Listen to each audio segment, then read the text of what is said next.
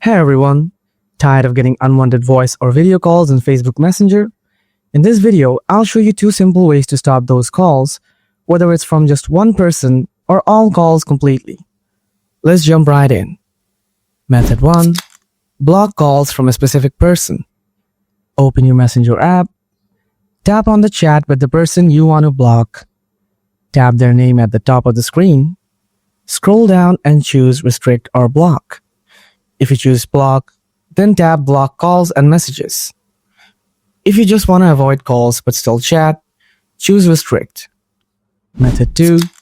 Turn off call permissions completely. Open your phone settings, scroll and tap apps, find and tap on Messenger.